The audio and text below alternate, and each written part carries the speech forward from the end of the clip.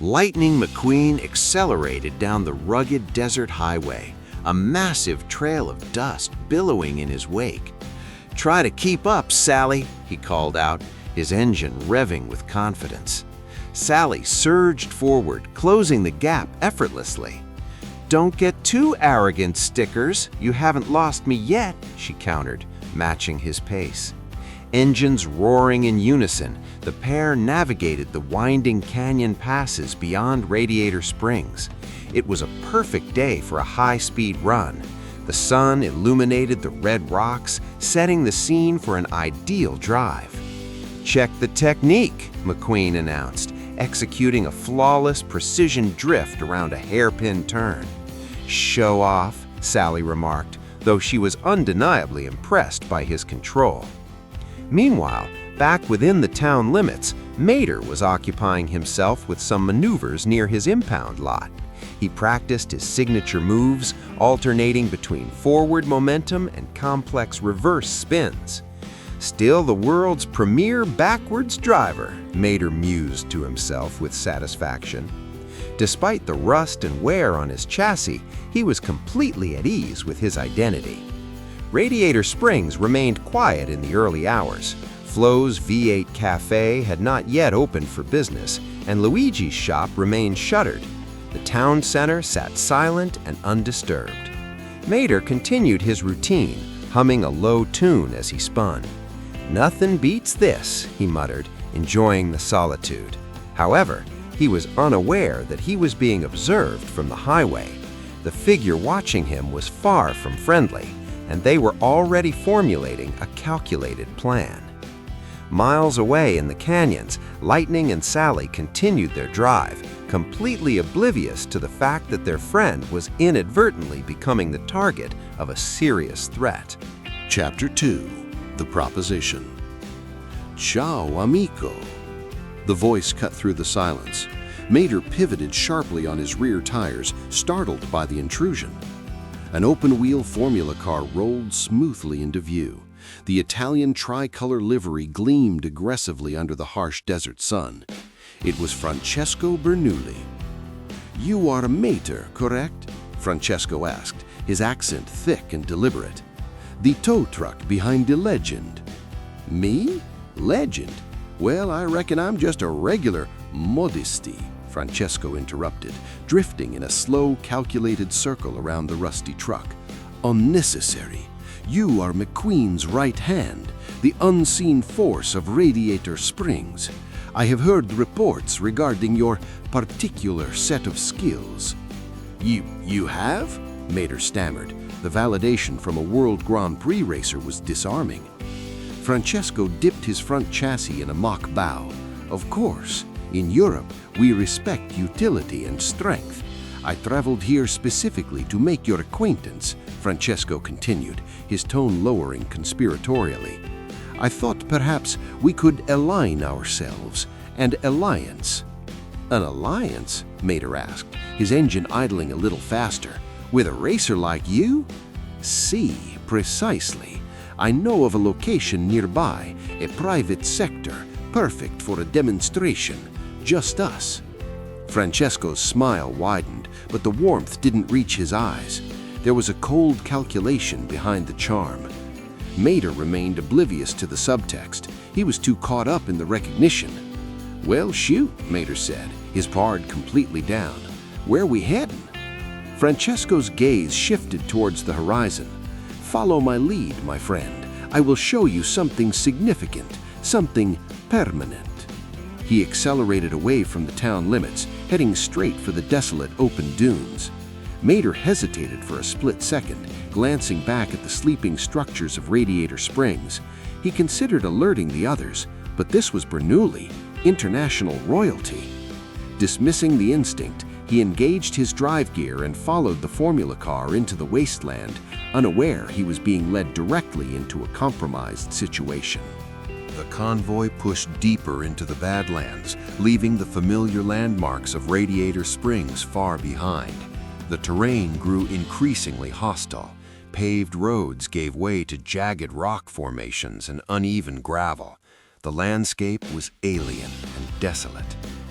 Francesco, confirm our destination, Mater radioed, scanning the unrecognizable surroundings with growing unease. Estimated time of arrival is imminent. Maintain course, Francesco replied, his voice clipped. The ground beneath them shifted to a viscous, unstable mud. Steep canyon walls closed in, creating a natural choke point. Mater's navigation systems registered no previous data for this sector. Francesco, my traction is compromised. I suggest we— Target acquired, Francesco announced, braking abruptly. Mater surveyed the area. It was a dead end, a barren box canyon dominated by a massive geological fissure in the earth, a sheer drop into darkness. I failed to see the objective here. Without warning, Francesco executed a lateral ramming maneuver. The impact was violent and calculated. Mater's chassis shuddered as he was knocked off his line. He fought for traction on the slick surface, his tires churning uselessly against the mud. Momentum carried him inexorably toward the precipice. Francesco, assist! Mater shouted, his wheels locking up too late. Francesco remained stationary, watching the trajectory with detached interest. Gravity took over. Mater went over the edge, plummeting into the ravine. He impacted the canyon floor heavily, the force of the landing rattling his frame and sending debris flying. Damage report, systems offline, Mater groaned, his orientation sensors scrambling. High above, Francesco's silhouette broke the sunlight at the rim of the pit. He wasn't offering aid, he was observing the result of his work. Predictable, Francesco called down, his voice echoing off the canyon walls. Did you genuinely believe a World Grand Prix contender required an alliance with a salvage vehicle? I stated your intent was friendly, Mater called up, the shock of betrayal hitting harder than the fall. I provided the narrative you required, you simpleton. Manipulation is effortless when the target is willing. Remain in the sediment where you belong. This is not over, Mater yelled, but the words were swallowed by the vastness of the pit. Francesco engaged his engine, the high-pitched whine of a Formula One motor piercing the air before fading into the distance. Mater was isolated, immobilized. Mayday! Mayday! He broadcasted on an open channel. Static was the only reply. Incredible handling back there, Sally remarked as they coasted back into the Radiator Springs limits. The late afternoon sun cast long shadows across the main street. Peak performance, Lightning agreed, his engine cooling down. Let's regroup with Mater. I want to debrief him on that. He cut his engine abruptly. The atmosphere was off. The municipal center was vacant. The tow yard sat dormant, lacking the usual mechanical clatter of their eccentric friend. The silence was heavy. Mater? Lightning projected his voice across the lot. Report in. Silence. Mater? Sally called out, scanning the perimeter. Still no response. Lightning's idle RPM increased, a sign of rising tension. Negative contact. This is irregular. He never misses a return arrival. Sally moved toward the edge of the pavement, her eyes narrowing. Lightning. Forensics. She indicated a disturbed patch of dirt. Lightning approached the scene. Two distinct sets of tires marked through the dust. One set belonged to a heavy truck. The other was different. Those aren't local, Lightning muttered, analyzing the tread pattern. High-performance racing slicks, soft compound, European export. The tracks led away from the safety of the town, disappearing into the rugged desert terrain. Lightning's processor made the connection instantly. Bernoulli. His expression hardened. He didn't just leave, he lured him out. We need to move, now, Sally urged. They accelerated, following the fresh trail. The pursuit took them off-road, through the jagged rock formations and into the unstable sediment of the lowlands. The tracks became erratic, signaling a struggle or a crash. Then they picked up the audio. Status? Critical. Request assistance. It was Mater. The voice was weak, echoing faintly from the canyon floor. "Acquired visual!" Lightning shouted. They braked hard at the edge of the fissure. Peering into the abyss, they located the target. Mater was embedded in the mud at the base of the pit, his chassis covered in debris, looking disoriented and compromised. "Lightning! Sally!" Mater called out, relief washing over his battered frame. "Visual contact confirmed!" Lightning surveyed the topography. The incline was too steep, the mud too deep for a race car suspension. Speed was irrelevant here. A descent would be suicide. But as he calculated the physics of the rescue, he realized the solution wasn't speed, it was utility. "Mater, hold your position and listen," Lightning commanded, his voice steady and tactical. "I have a strategy, but this operation relies on your hardware." Mater looked up, confusion evident in his sensors. "My hardware?" "Affirmative. Prepare your winch." Self-extraction? Mater hesitated, his tires slipping slightly in the deep sludge. My chassis isn't built for vertical ascents. I like the aerodynamics, Lightning. Forget aerodynamics. This is about raw power, Lightning corrected him, his tone urgent but commanded. Think about your specs, Mater. You've hauled freight trains and disabled heavy machinery. Your torque output is higher than any track car. He's right, Sally added, positioning herself near the rim to anchor Lightning. You have the equipment, the winch, the cable. You are a mobile recovery unit. Use it. Mater looked at his rear assembly. The rusted hook had seen better days, but the steel was solid. I don't know if the cable will hold, Mater admitted, his voice low. The reality of the drop was terrifying. The cable will hold because you'll make it hold, Lightning said firmly. Lock onto my rear axle. I'm your anchor point. We aren't leaving until you're topside.